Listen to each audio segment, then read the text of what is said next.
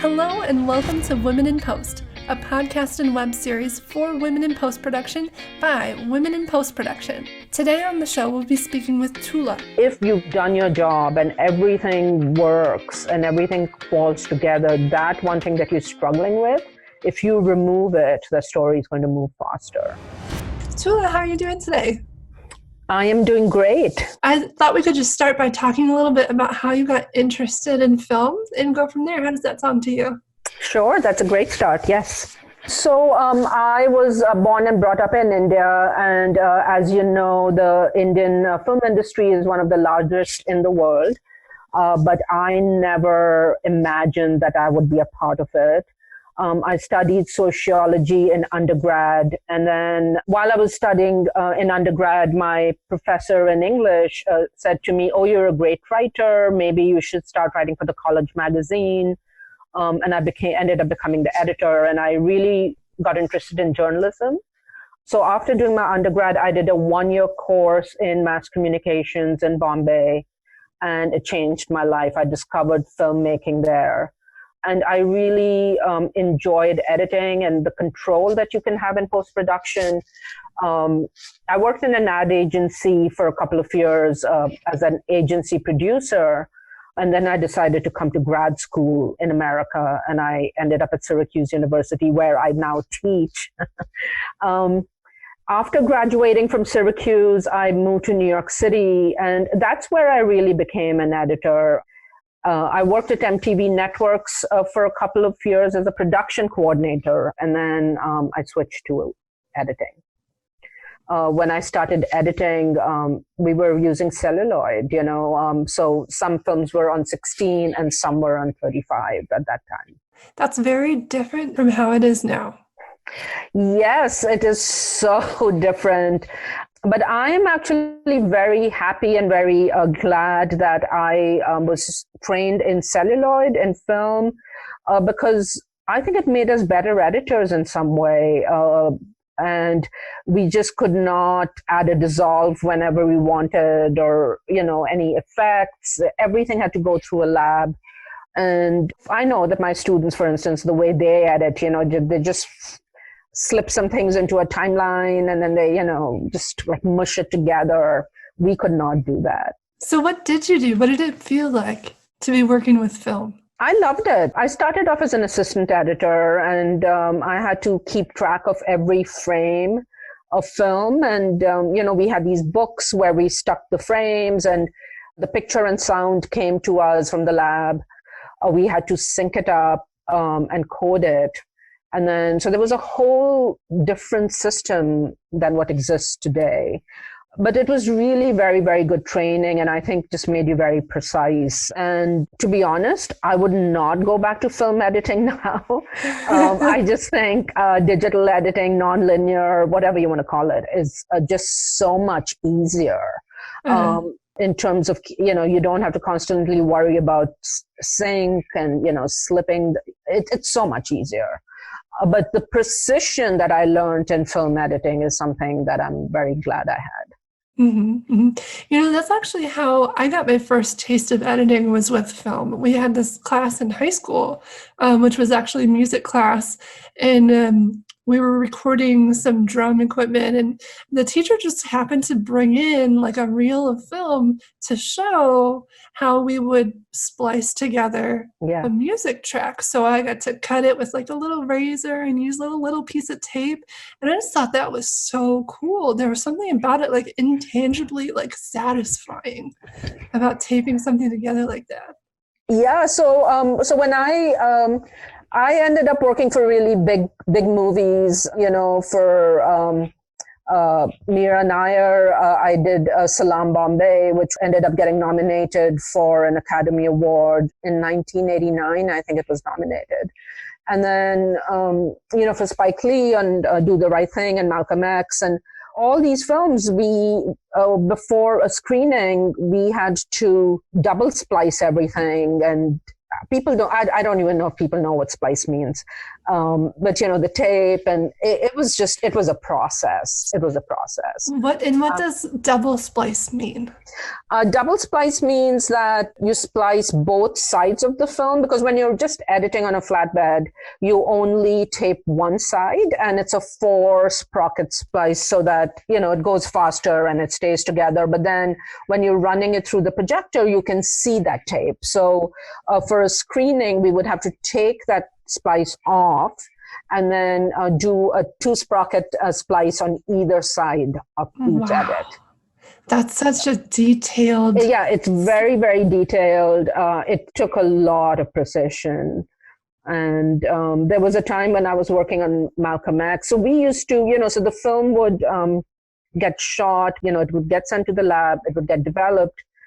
We would pick it up the next day and then sync it, and then, you know, do what's called a dailies or rushes screening every night and take notes from that. And then once the film was fully edited, it would go to a negative cutter who would then cut the negative, and then the prints would be made. And there was one shot that I messed up, I still remember, and Noel Penrad, who was a negative cutter, found it. It was a still shot of a door, and then I think it opens and Denzel Washington, who was playing Malcolm X, comes into the room.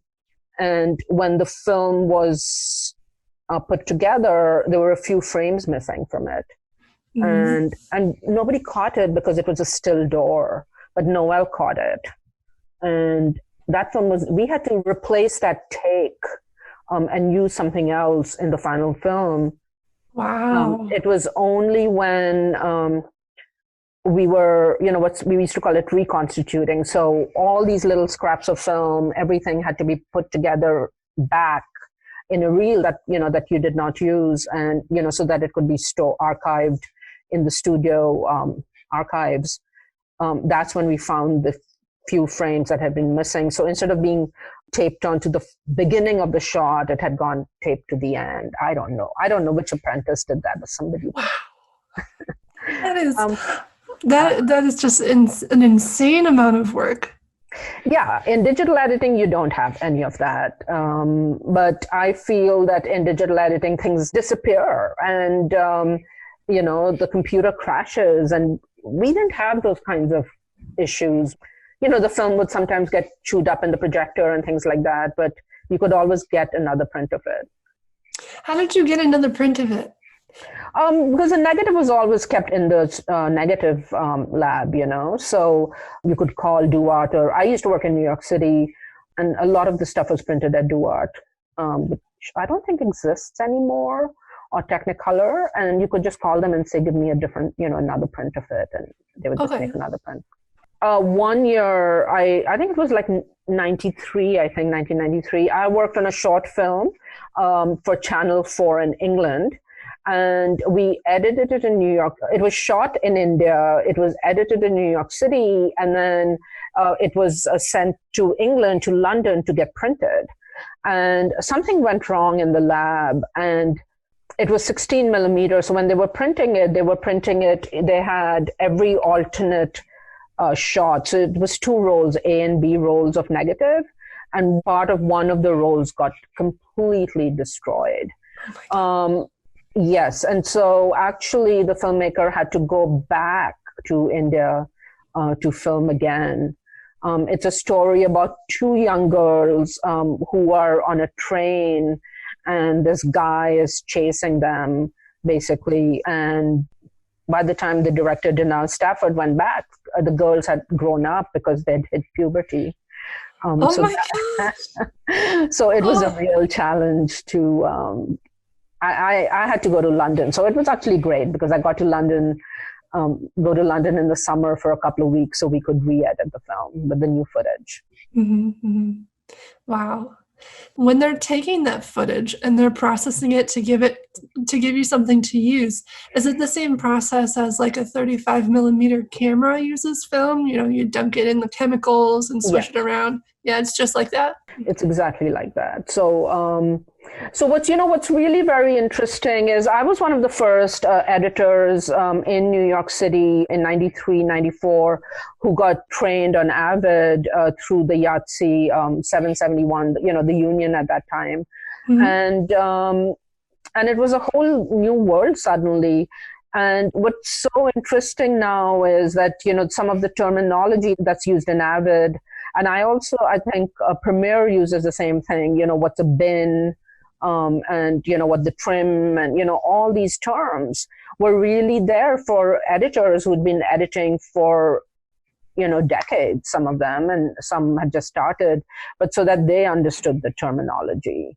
Mm-hmm. And when I started editing on Avid and I could just press a button and say dissolve or wipe or fade out or whatever it was, I was like, oh my God, it's revolutionary. It's revolutionary. Wow. So have you always edited in Avid then since you were? Yes, I have to say that I have always edited on Avid. There was one movie that I did edit. It's called Surviving Picasso. And James Ivory was the director. It was from Murch and Ivory Films. That we edited on a system called Lightworks. And I had to look it up online today. I remember, exactly what the name was. It was a system from England, from Britain. And the film had been shot in England, and then it was being edited in New York City. So we used Lightworks. It never caught on here. I was really surprised to find out that it's still chugging along. I guess people in England may be using it, but I don't think it's ever really caught on in America. And that was a nightmare because the technology wasn't very accurate and all our customer support was in England. So we were editing in New York and the time difference was just really very difficult to handle. Mm-hmm. And the other thing, the problem with it was that, so we were doing it on low res, right? And then we had to screen it for someone and we had to do an online so that it could be high res. But we were doing it in-house because there wasn't another facility to do it. And we discovered that actually the edit decision list wasn't precise and everything was shifting by a frame or 2 frames. It was all going out of sync. I was associate editor on the job, and me and my assistants, we spent 48 hours, 72 hours without sleep trying to get it done, but the computer crashed. The screening never happened. Murphy's Law is real. Anything that could go wrong will always go wrong. And that's what I teach my students, you've got to have backups. You've got to give yourself enough time. So how do you back up your projects now since you experienced that nightmare? Nowadays, I think the systems are so different. There's online back, like if you have the money, you can back it up online. But, I tell my students to always have at least 2 hard drives, to not use their drive for anything else except editing. Okay. I've been really lucky so far. I've had the same hard drive for 3 years now, and it hasn't gone kaput yet. So I'm crossing my fingers. I do use 2, but I use them for different things. One's like long-term storage and the other one is the most recent projects. So I don't have like a duplicate. Probably should. I would definitely say have backups. I love digital editing, digital filmmaking. It's especially for education. I think it's so much faster, so much cheaper. It's such better quality. When I started teaching, students were editing tape to tape. It was awful. I mean, I edited projects like that too. Digital is just so much better. Mm-hmm. But the problem is that, I've been editing on Avid and digitally since 94, but I have hard drives that are like this big, that I can't use anymore. I can't access that footage. Oh no! And then there were floppy disks, and Apple just keep all kinds of different formats. But 35 millimeter film was the same for like 100 years, and so I know that sometimes there's this discussion: is it better to do archiving on celluloid, which is a more stable medium than digitally on hard drives and things, because that format keeps changing. Uh-huh. So what do you think about that? Should people be making more films on film?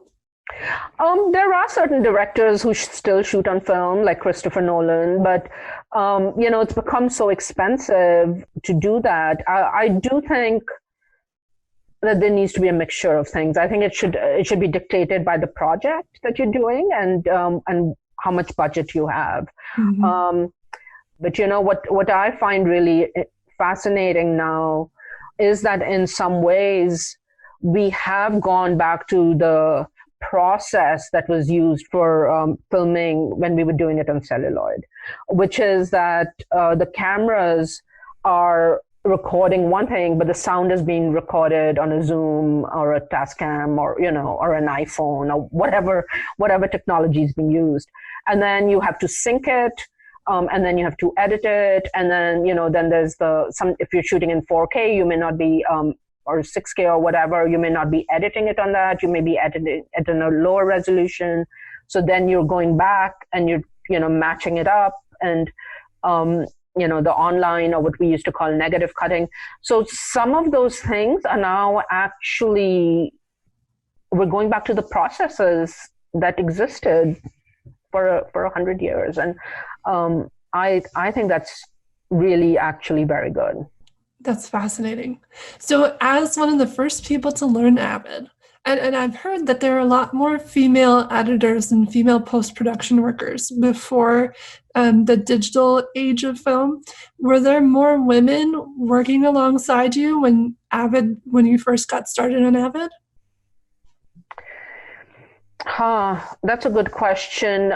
Yes, there were many of I always had, like in any editing room that I worked in, we had a lot of women working. I think this is so sexist. I just think that women were more precise. And I know that when I had to hire an apprentice or an intern or an assistant, I obviously hired people that I trusted, and very often they were women.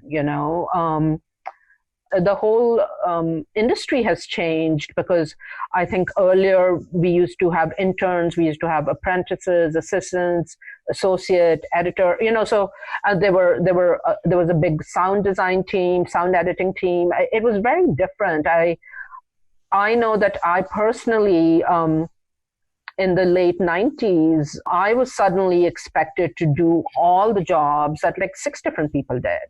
Uh-huh.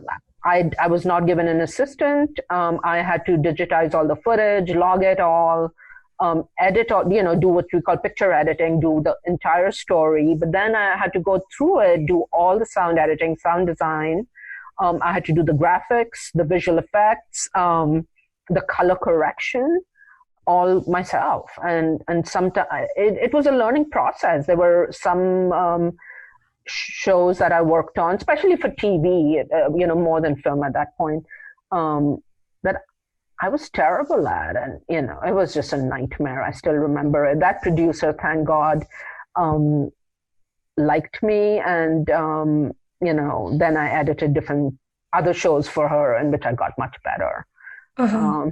What did you do when you had questions, when you didn't know how to do something? Were there people that could help, or did you just kind of figure it out? So I had friends who were editing at the same time, and who knew a little more than me or a little less than me, and so we helped each other a lot. Mm-hmm.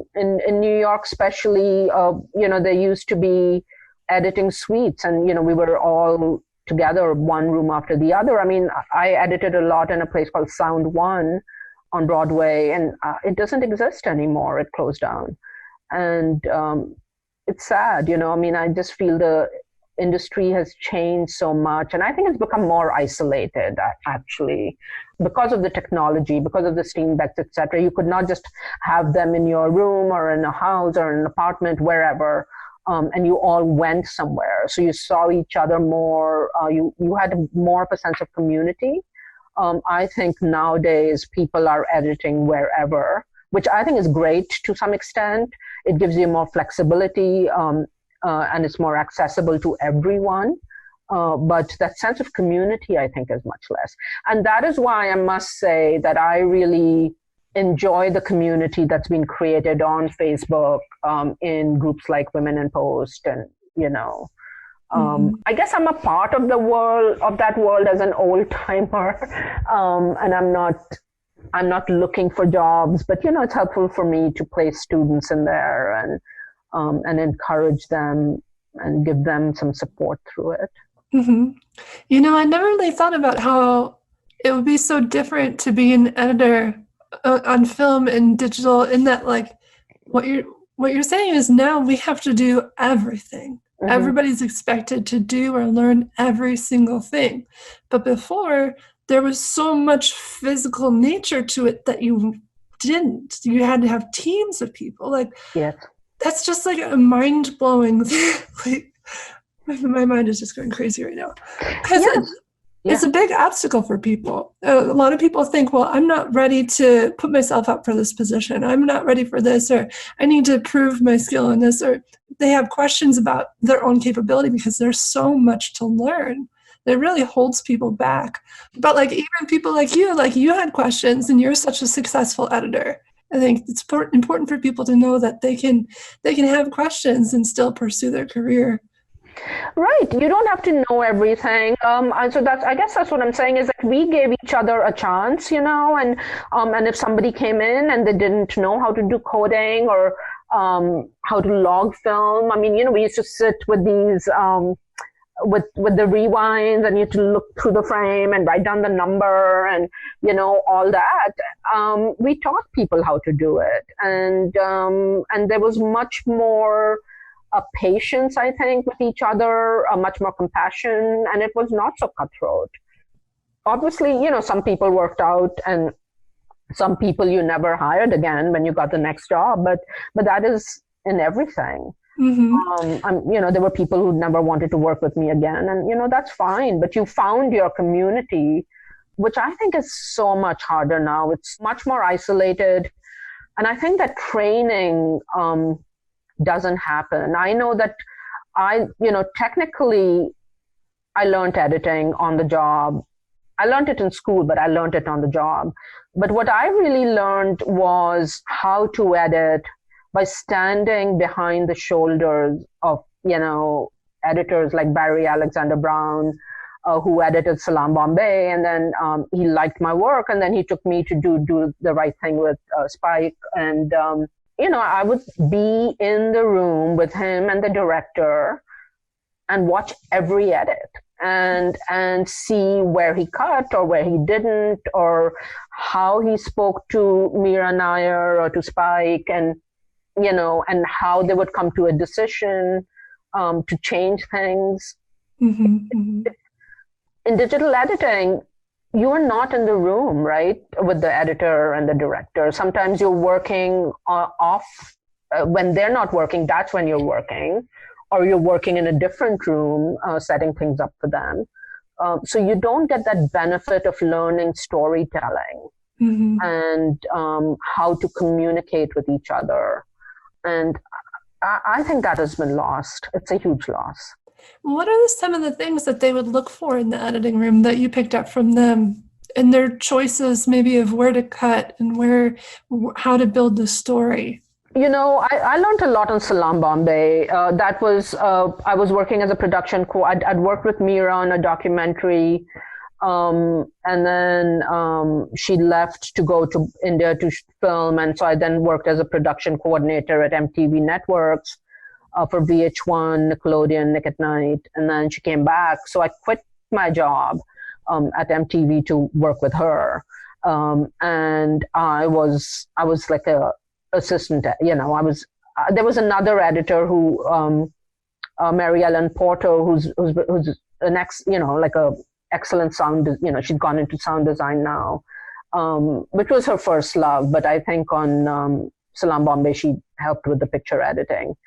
And so Mary Ellen taught me so much, but what happened was, because all the dialogue was in Hindi, and Barry did not understand Hindi, so I got to spend a lot of time with him, and and talk to him about things. And Mira would also translate.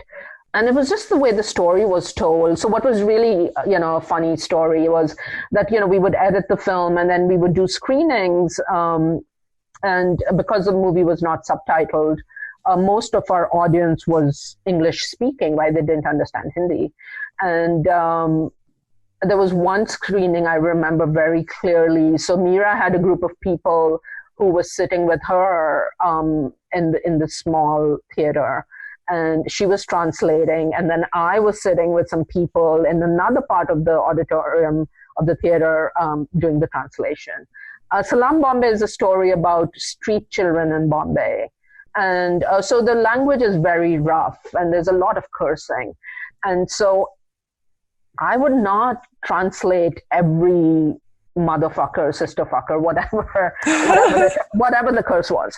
But Mira would do it. And so at some point, I still remember there was I finished translating, and Mira, then you could hear Mira's voice saying, motherfucker. And all the people that I was translating for looked at me and said, oh my God. I was like, I don't know. So it was fun. That's hilarious.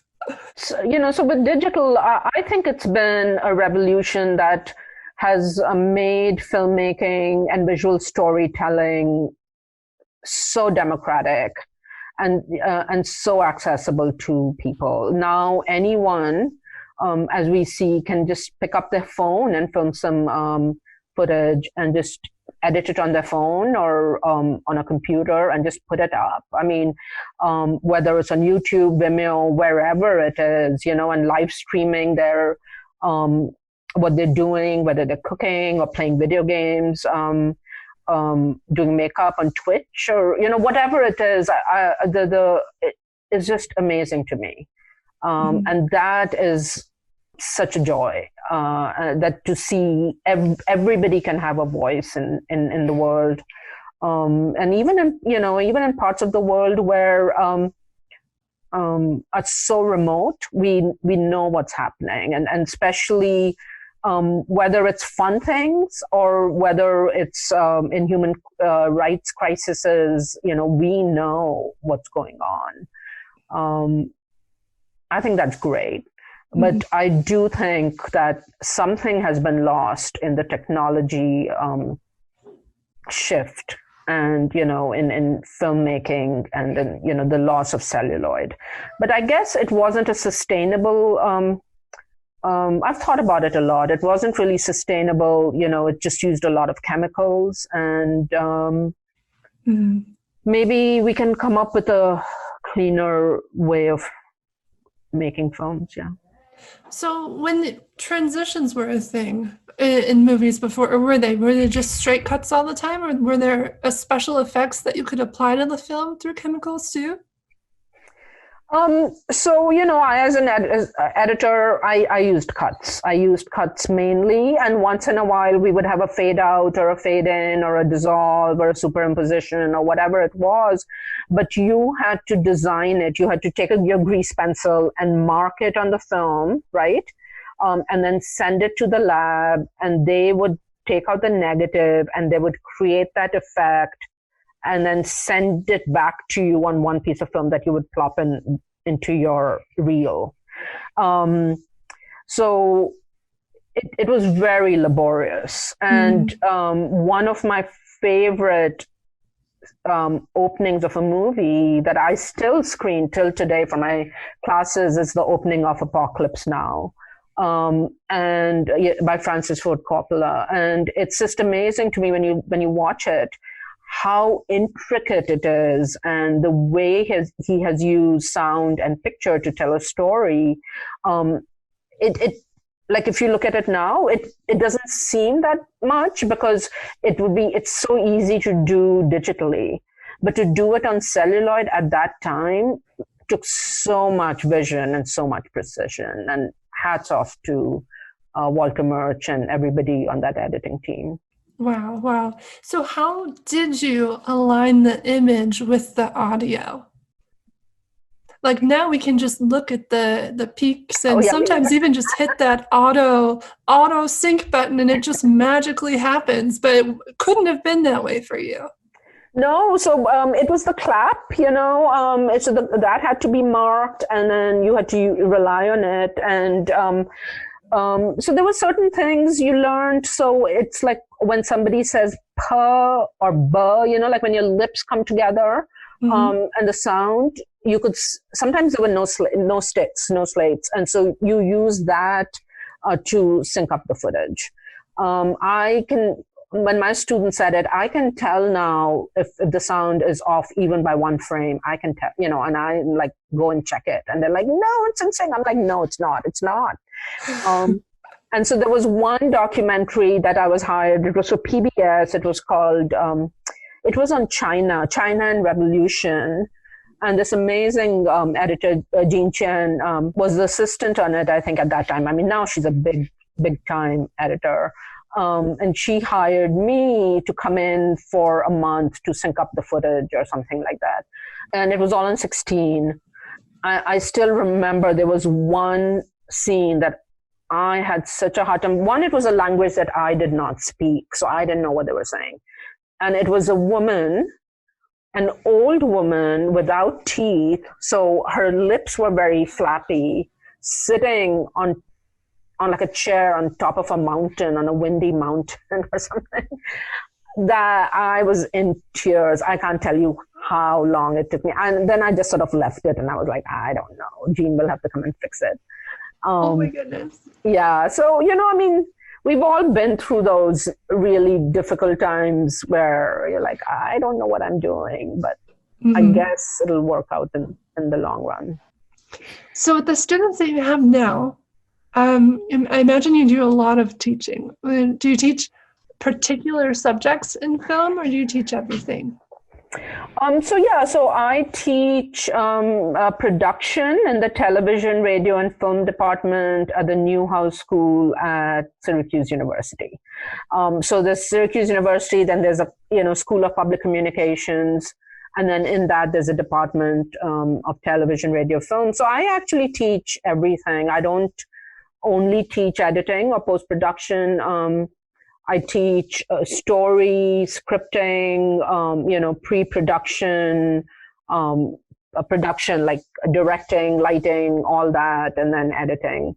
Obviously I have a lot of help because the cameras keep changing so much. We have other people who train people on the equipment. So most of my students now learn how to edit on Adobe Premiere. And then, some of them then who are interested in post will also learn Avid. Okay, so I guess for maybe people who are considering going to school or going back to school for production or post-production, I mean, what would your advice be? Is it something that can fundamentally change someone's career to have a degree? One way to do it is to not go to film school and to do it on your own. And I think the technology is there and the resources are there actually for you to do it by yourself. And you don't have to pay all this money to go to a prestigious school. The thing that you gain by going to a school like, let's say, NYU, USC, UCLA, or let's say Newhouse, is the network that you get. Because you graduate, you spend time with a lot of people your age, and then you all graduate together. And then you provide that, help and network for each other.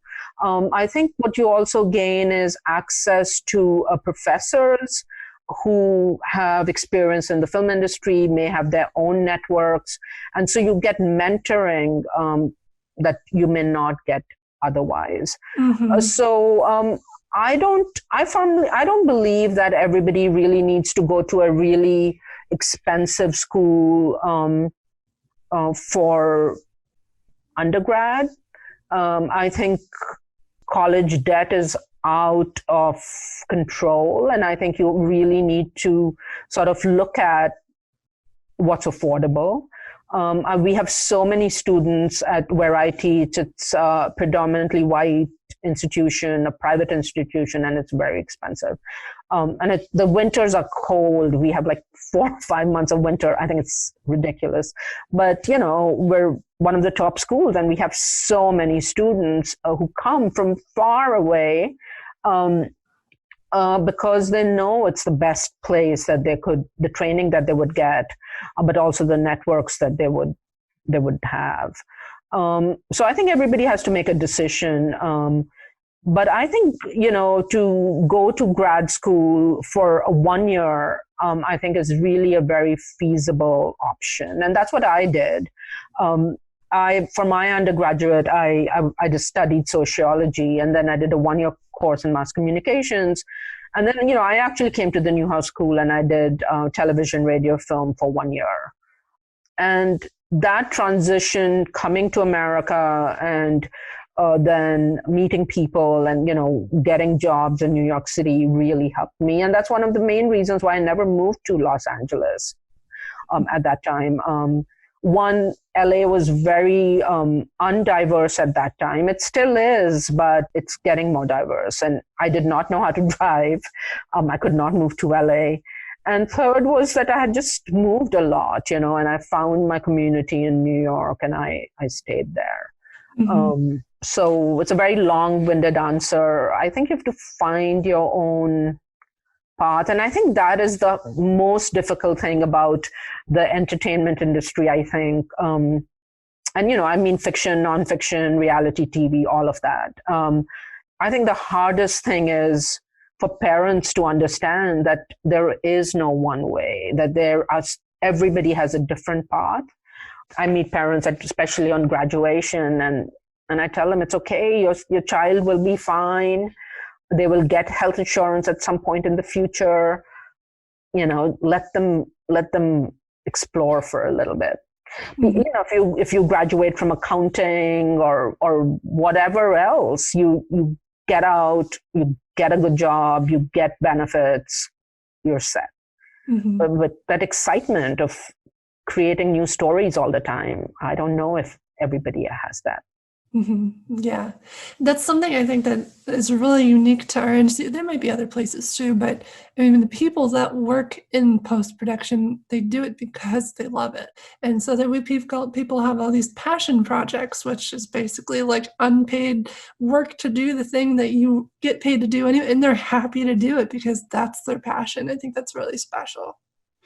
Yes, I think post-production especially is its own universe. I think you have to be a person with a lot of patience, but also somebody who enjoys doing puzzles, I think. It's, and you want it to be perfect. And you could spend an hour on one edit. And it takes a certain kind of craziness to be that person.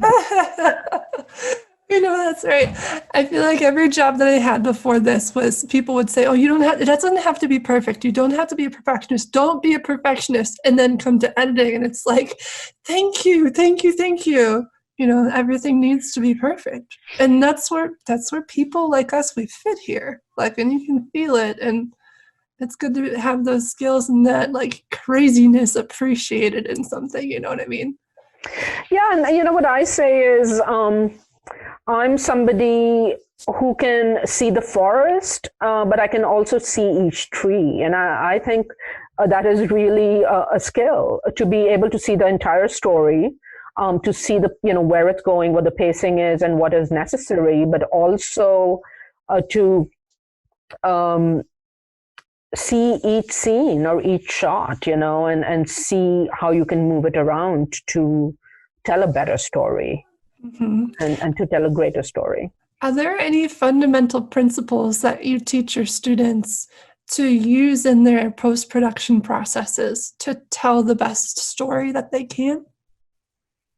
Like maybe an example, one that I've heard is always cut before the blink. Yeah, there are. So you cut on the S sound. If there's a slam of a door, or cut on the sound. Also, So there are some little tricks like that, but I would say in generally trim the fat, always things that, the story really needs to be lean and move. You can't be self-indulgent. The other thing I always say is the one scene that you have struggled with, whether it's in fiction or in nonfiction, the thing that you struggled with, the one it took a long time to get the permission for, long time to write. It was very complicated to film. It's probably not going to make it in the final movie or documentary or whatever, because if you've done your job and everything works and everything falls together, that one thing that you're struggling with, if you remove it, the story is going to move faster. And I always tell that to any director that I'm working with for the first time or etc. And they're all like, "You're crazy. That is the most important scene." And I'm like, "No," and we usually end up taking it out. That's a big deal. But I guess it also kind of gives you permission to be more relaxed, I guess. Yeah. So, I mean, I'm not saying that you should not write it. I'm not saying that you should not film it and you should not edit it. I'm not saying any of that. I'm saying, obviously, you do all those things, but you need to give yourself permission to let go. And I think this is why it's so important to have an editor who's actually not there on set with you all the time, to have somebody else edit it, because they then are not emotionally involved in how you got that footage. Mm-hmm. Because for directors, they remember the pain that they went through to get that shot or get that scene or whatever it was. And so that is why they hold on to it, but it's probably not necessary to tell the story. Okay. And you just mentioned something that maybe not everybody who might be listening would know is, there's a lot of freelance work these days where people edit footage that they weren't around for the shoot. What is the role of an editor on set while something is being shot? Are they just there to observe, or do they participate more in depth? So nowadays, because movies are using so much visual effects, so there is like a visual effects supervisor, visual effects producer, an editor, somebody on set usually to make sure that what they need for post-production is being filmed. It's more difficult to go back and get it later. I'm not sure whether people are screening dailies every day in the same way, because you can see it as it's being recorded, right? Or you can check it. When it was being done on celluloid, we could not check what was being recorded. Though later on, they started having what was called video assist, so they would record it on video. But it was not exactly, you couldn't see, whether the film was exposed properly, etc. So it was really very important. Like if you filmed on Monday and the footage went to the lab on Monday night, on Tuesday morning, you got it, you synced it up so that on Tuesday night, the director, editor, cinematographer, producer, production designer, etc., got together and watched the footage just to make sure you had everything. And after that, the set would be struck. They would not break down the set till the dailies were approved, because it was very difficult to go back and set it up all again.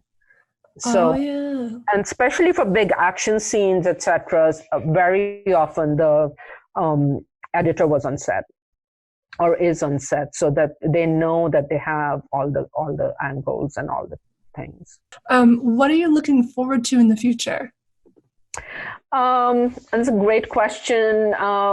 Two things. Right now, I'm sort of finishing up, different things about the breast cancer project. I'm also working on a book for it, and so hopefully that'll be done by the end of the year, or soon after, and then be published. After that, what I really would like is to be like a supervising / consultant editor, story editor on projects. I really have a very good narrative sense and storytelling, especially because I do that in and day out for student projects. I can read a script. I can tell you, if it's working or not working, what to change. Don't ask me to write a script from scratch. I could not do that. But I am good at, being an editor. Mm-hmm. And I would love to start, being a consultant on projects, especially documentaries. I love documentary filmmaking. I think that is really the editor's medium. I think in fiction, most of the work is done by the scriptwriter, and then the director films it, and then the editor is really just piecing things together. The editor is very, very important in fiction, but not in the same way as in documentaries, because the editor is who makes that story come alive. Oh, that's interesting. So is usually the director also the editor then in a documentary?